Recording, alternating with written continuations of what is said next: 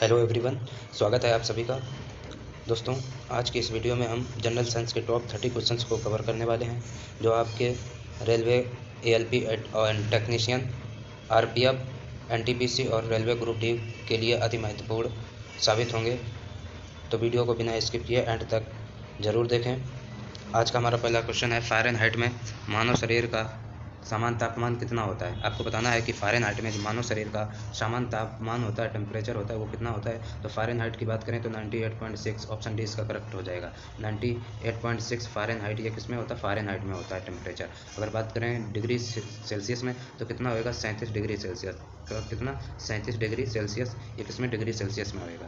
अगर आपसे केल्विन में पूछा जाए कि मानव शरीर का जो सामान्य टेम्परेचर होता है वो केल्विन में कितना होता है, तो 310 होता है। कौन, कितना होता है, 310 केल्विन होगा। इस क्वेश्चन का सही जवाब ऑप्शन डी होएगा, 98.6 फ़ारेनहाइट। नेक्स्ट आगे बढ़ेंगे। ब्रह्मांड में सबसे अधिक मात्रा में कौन सा तत्व पाया जाता है। तो जो ब्रह्मांड यूनिवर्स की बात कर रहा है, तो यूनिवर्स में सबसे अधिक मात्रा में कौन सा तत्व पाया जाता है। तो फ्रेंड, ये हाइड्रोजन पाया जाता है। कौन सा, हाइड्रोजन ब्रह्मांड में सबसे अधिक मात्रा में पाया जाने वाला तत्व होता है। अगर आपसे पूछे कि पृथ्वी पर सबसे अधिक मात्रा में कौन सा तत्व पाया जाता है, तो पृथ्वी पर सबसे अधिक मात्रा में ऑक्सीजन पाया जाता है। क्या पाया जाता है, ऑक्सीजन। और आपसे पूछे जो हमारा वायुमंडल है, वायुमंडल में सबसे अधिक मात्रा में कौन सा तत्व पाया जाता है। तो जो हमारा वायुमंडल है, तो वायुमंडल में नाइट्रोजन सबसे अधिक मात्रा में पाया जाने वाला तत्व होता है। तो इस क्वेश्चन का सही जवाब ऑप्शन ए हाइड्रोजन हो जाएगा। ब्रह्मांड में सबसे अधिक मात्रा में पाया जाने वाला तत्व हाइड्रोजन होता है।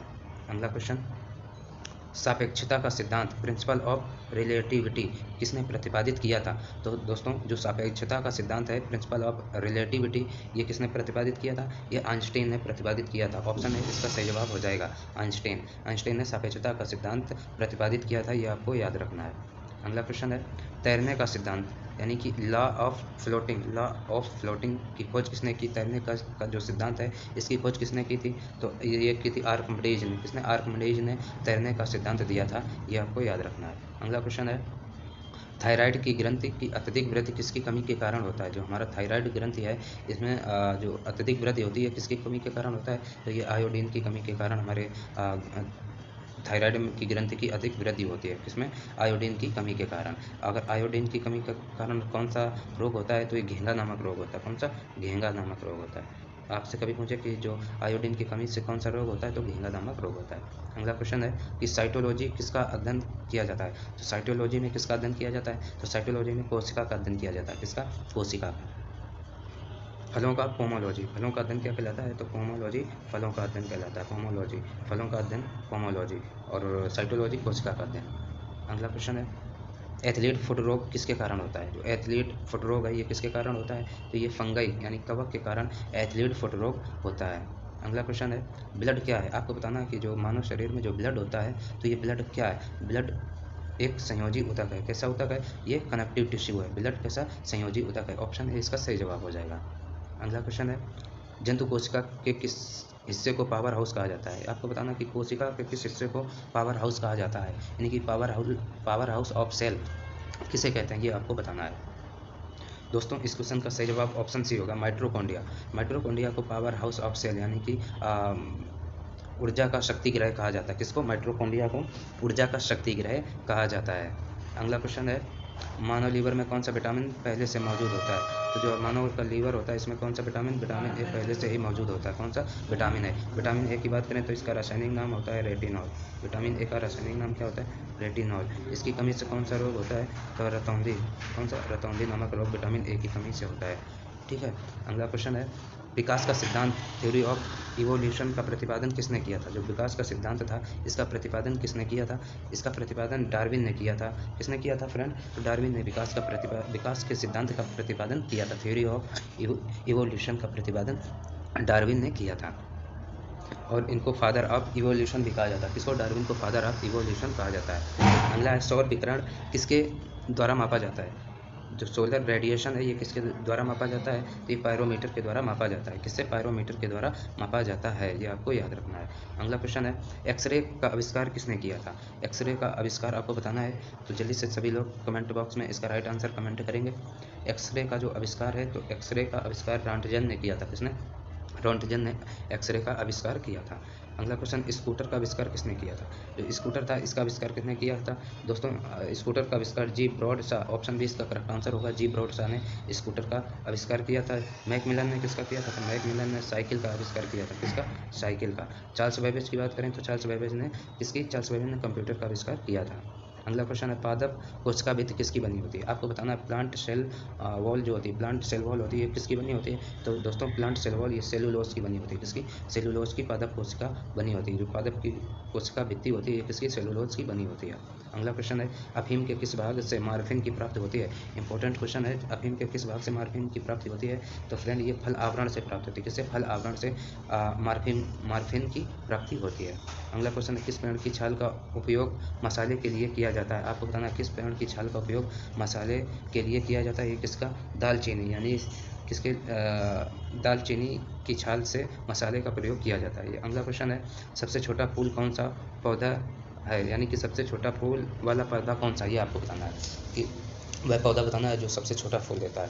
तो ये कौन सा? वोल्फिया होता है। कौन सा? वोल्फिया। वोल्फिया सबसे छोटा फूल वाला पौधा होता है। अगर आपसे पूछे कि सबसे बड़ा फूल वाला पौधा कौन सा होता है तो वो रेफलेसिया होगा। कौन सा? रेफलेसिया। तो इस क्वेश्चन का सही जवाब ऑप्शन ए वोल्फिया हो जाएगा। सबसे छोटा फूल वाला पौधा वोल्फिया होता है। अगला क्वेश्चन है, किस प्रकार के पौधे सूर्य प्रेमी यानी सन लवर कहलाते हैं? आपको बताना है कि इनमें से किस प्रकार के पौधे हैं जो सन लवर कहलाते हैं? तो हेलोफाइट नामक जो पौधे होते हैं वो सूर्य प्रेमी कहलाते हैं। क्यों कहलाते हैं? क्योंकि सूर्य जिस तरफ से निकलता है वह उसी तरफ ये क्या करते? झुके हुए होते हैं। मानव शरीर का सबसे बड़ा अंग कौन सा होता है? तो दोस्तों आपको बताना है मानव शरीर का सबसे बड़ा अंग कौन सा होता है? लीवर होता है। ऑप्शन सी इसका सही जवाब हो जाएगा। अगला, एलपीजी में किस गैस के भराव के कारण उसके लीकेज होने का पता चल जाता है? जो एलपीजी गैस होती है उसमें किस गैस के भराव के कारण लीकेज होने का पता चलता है? तो एथाइल मरकप्टन। कौन सा? एथाइल मरकप्टन के भरे होने से हमें लीकेज होने का पता चल जाता है। अगला क्वेश्चन, प्रोड्यूसर गैस का सूत्र कौन सा है? आपको बताना है प्रोड्यूसर गैस का सूत्र कौन सा है? तो ये ऑप्शन है CO+N2। CO+N2 ये प्रोड्यूसर गैस का सूत्र होता है। अगला क्वेश्चन है, आवर्त सारणी का सबसे हल्का तत्व कौन सा होता है? इंपॉर्टेंट क्वेश्चन है, कई बार एग्जामों में पूछा जा चुका है। आवर्त सारणी का जो सबसे हल्का तत्व होता है वो कौन सा? लिथियम होता है। कौन सा होता है? लिथियम। ऑप्शन है इसका सही जवाब हो जाएगा। लिथियम इसका सही जवाब हो जाएगा। अगर आपसे पूछे कि आवर्त सारणी का सबसे भारी तत्व कौन सा होता है तो ये ऑस्मियम इसका सही जवाब होता है। तो इस क्वेश्चन का सही जवाब ऑप्शन ए लिथियम हो जाएगा। नेक्स्ट है, टीकाकरण के जनक फादर ऑफ वैक्सीनेशन किसे कहा जाता है? तो जो टीकाकरण का जनक है ये किसे? एडवर्ड जेनर को कहा जाता है। ऑप्शन बी इसका सही जवाब हो जाएगा। फोटोन की मूलभूत इकाई क्या है? फोटोन किसकी मूलभूत इकाई है? तो ये प्रकाश की मूलभूत इकाई होती है फोटोन। अगला क्वेश्चन है, एक प्रकाश वर्ष किसकी इकाई होती है? आपको बताना है कि जो प्रकाश वर्ष होता है ये किसकी इकाई होती है? दूरी की, समय की, गति की, वेग की। तो फ्रेंड इस क्वेश्चन का सही जवाब हो जाएगा, जो प्रकाश वर्ष होता है ये किसकी दूरी की इकाई होती है।